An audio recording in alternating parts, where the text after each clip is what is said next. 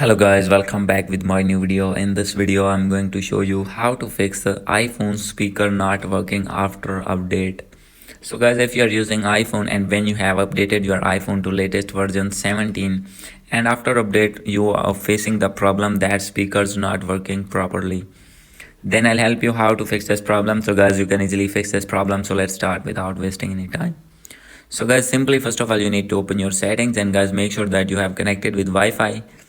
So guys, if not connected, then you need to connect it, and guys after doing this you need to click on general, and guys after this simply you need to click on software update, and guys now you need to update to latest iOS version, that is iOS 17.2 beta. So guys, after installing this update on your iPhone, all the problems will be fixed that you are facing in iOS 17.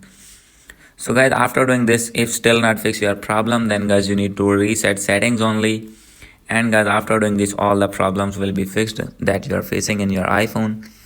So guys, I've still not fixed your problem. So guys, maybe your speakers of your iPhone has been damaged.